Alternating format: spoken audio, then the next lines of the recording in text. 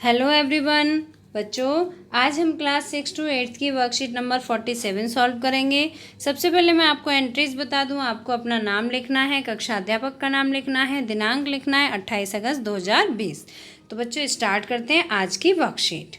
भारत में कानून बनाने की सर्वोच्च संस्था भारतीय संसद है। बच्चों आप सभी को भारतीय संसद के बारे में पता ही होगा।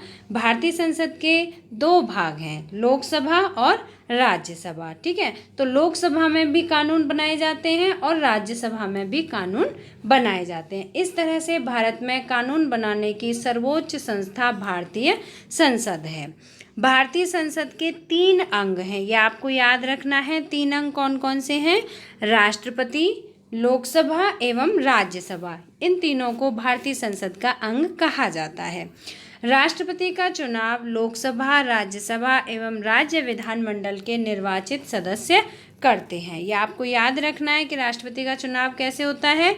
लोकसभा, राज्यसभा और राज्य के विधानमंडलों के निर्वाचित सदस्यों द्वारा किया जाता है। ठीक है, अब बच्चों हम पढ़ेंगे संसद के बारे में। संसद के सदन, तो अभी हमने जाना था कि संसद में 2 सदन होते हैं, एक होता है लोकसभा और एक होता है राज्यसभा। तो जो लोकसभा है इसे क्या कहा जाता है? निम्न सदन कहा जाता है और राज्यसभा को उच्च सदन कहा जाता है।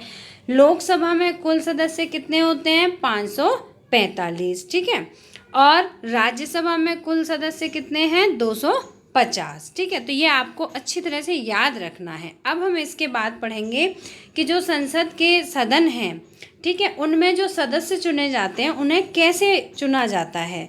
तो 545 सदस्य हैं। कुल सदस्य कितने हैं? 545। ठीक है, अब इसमें 543 सदस्य जनता द्वारा चुने जाते हैं, जबकि 2 सदस्य आंग्ल भारतीय समुदाय के होते हैं जिन्हें राष्ट्रपति द्वारा मनोनीत किया जाता है। तो बच्चों आपको ये संख्या याद रखनी है कि राष्ट्रपति द्वारा कितने सदस्य मनोनीत किए जाते हैं? 2 मनोनीत किए जाते हैं। किसमें? लोकसभा में। ठीक है, ये आपको बहुत अच्छी तरह से याद रखना है। ठीक है, इसके बाद नेक्स्ट है राज्यसभा, जिसे उच्च सदन कहते हैं। इसमें कुल सदस्य कितने हैं? 250। 250 में से 238 लोगों का चुनाव राज्यों के विधानमंडल के द्वारा चुने हुए प्रतिनिधियों के द्वारा होता है, जबकि 12 सदस्यों का, ये आपको याद रखना है, 12 सदस्यों को राष्ट्रपति द्वारा मनोनीत किया जाता है। तो बच्चों इस तरह से ये अभी हमने पढ़ा। इसमें हमने समझा कि संसद के 2 सदन होते हैं, एक कौन सा होता है? लोकसभा, और एक होता है राज्यसभा। ठीक है, लोकसभा को निम्न सदन कहते हैं, राज्यसभा को उच्च सदन कहते हैं। और लोकसभा में राष्ट्रपति द्वारा 2 सदस्यों को मनोनीत किया जाता है, जबकि राज्यसभा में राष्ट्रपति द्वारा 12 सदस्यों को मनोनीत किया जाता है। तो ये आपको फैक्ट याद रखने हैं। ठीक है, अब हमने जो अभी की वर्कशीट पढ़ी और समझी, इसके बेस पर हम प्रश्नों के उत्तर देंगे। ठीक है, पहला प्रश्न है, अपने लोकसभा क्षेत्र एवं सांसद का नाम पता करके लिखिए। अब आप किस लोकसभा क्षेत्र में रहते हैं, वहाँ के सांसद कौन हैं, उनका आपको नाम बताना है। पहले अपने लोकसभा क्षेत्र का नाम बताना है कि आप किस लोकसभा क्षेत्र से हैं, और उसके बाद आपको अपने सांसद का नाम बताना है। ठीक है, मैं बच्चों सभी प्रश्नों के उत्तर आपको लिखित रूप में अभी दिखाऊंगी, लेकिन आंसर लिखने से पहले हमें प्रश्न को समझना बहुत ज़रूरी होता है। ठीक है, दूसरा प्रश्न है, पता लगाइए कि राष्ट्रीय राजधानी क्षेत्र दिल्ली के कितने सांसद लोकसभा में हैं एवं कितने सांसद राज्यसभा में हैं। उन सभी के नाम भी लिखिए। अब बच्चों देखिए, बच्चों आप में से सभी बच्चों को पता होगा, आप सब दिल्ली में रहते हैं। दिल्ली क्या है? भारत देश की राजधानी है। ठीक है, तो इसीलिए इसे राजधानी क्षेत्र कहा गया है। दिल्ली को राजधानी, दिल्ली भारत की राजधानी है। इसमें कितने सांसद लोकसभा में हैं और कितने सांसद राज्यसभा में हैं? अब पहले तो आपको संख्या बतानी है कि कितने लोकसभा में हैं और कितने राज्यसभा में हैं। फिर उसके बाद उन सभी सांसदों के नाम भी लिखने हैं, सभी सांसदों के नाम लिखने हैं। तो अभी मैं आपको समझाऊंगी और दिखाऊंगी भी। ठीक है, राष्ट्रपति द्वारा कितने सदस्यों को लोकसभा एवं राज्यसभा के लिए मनोनीत किया जाता है? तो अभी हमने जब वर्कशीट समझी थी तो उसमें जाना था लोकसभा के लिए कितने सदस्य थे और राज्यसभा के लिए कितने सदस्य थे। अभी मैं आपको लिखित रूप में भी दिखाऊंगी। प्रश्न नंबर 4 है, पता लगाइए कि भारत में राष्ट्रपति का चुनाव कौन करता है। तो बच्चों, मुझे उम्मीद है कि तुम्हें आज की वर्कशीट और प्रश्न अच्छी तरह से समझ में आ गए होंगे। अब मैं आपको प्रश्नों के आंसर दिखाती हूँ। बच्चों, अगर आपको ये वीडियो पसंद आया है तो लाइक और शेयर ज़रूर करना अपने फ्रेंड्स को जो आपके साथ पढ़ते हैं। ये जो वर्कशीट है 6 to 8 की है। आपकी कोई फ्रेंड 6th में, 7th में या 8th में पढ़ती है, आप उन्हें शेयर कर सकते हैं। ठीक है, तो इससे आपको भी बेनिफिट होगा और आपके फ्रेंड को भी होगा। आप देखिए, और अभी तक अगर आपने हमारे चैनल को सब्सक्राइब नहीं किया है तो सब्सक्राइब जरूर करना। इसके बाद देखिए, मैं आपको प्रश्नों के उत्तर दिखाती हूँ। पहला प्रश्न है, अपने लोकसभा क्षेत्र एवं सांसद का नाम लिखिए। संसद नहीं है, यहाँ पे सांसद है। ठीक है, सांसद का नाम लिखिए। मेरे लोकसभा क्षेत्र का नाम पूर्वी दिल्ली है।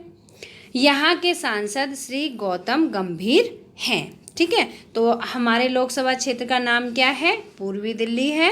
हम पूर्वी दिल्ली में रहते हैं। और इसके अलावा यहाँ के सांसद कौन हैं? तो यहाँ के सांसद श्री गौतम गंभीर हैं। तो इस तरह से आप जिस क्षेत्र में रहते हैं आपको अपने क्षेत्र और सांसद का नाम लिखना है। यहाँ पे बच्चों सांसद है, संसद नहीं लिखना है, आपको सांसद लिखना है। एक लाइन रह गई है लिखने से।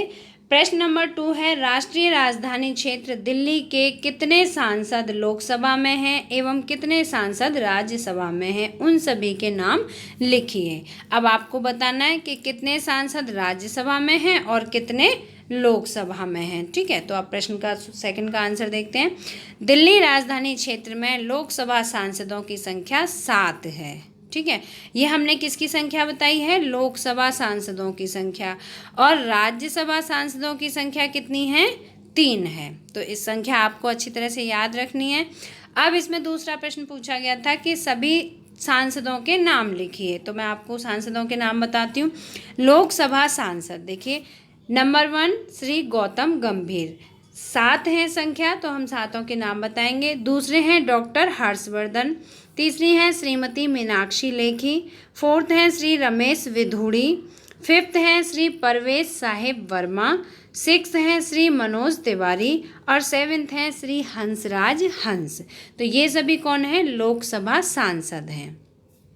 अब मैं आपको बताती हूँ राज्यसभा सांसदों की संख्या 3 है, तो तीनों के नाम बताती हूँ। राज्यसभा सांसद नंबर 1 श्री संजय सिंह। ठीक है, नंबर 2 श्री नारायण दास गुप्ता, नंबर 3 श्री सुशील कुमार। तो इस तरह से ये लोकसभा सांसद और राज्यसभा सांसदों के नाम हैं। ठीक है, इसके बाद अब पहला और दूसरा प्रश्न यहाँ सॉल्व हो गया। अब हम प्रश्न नंबर 3 पर चलते हैं।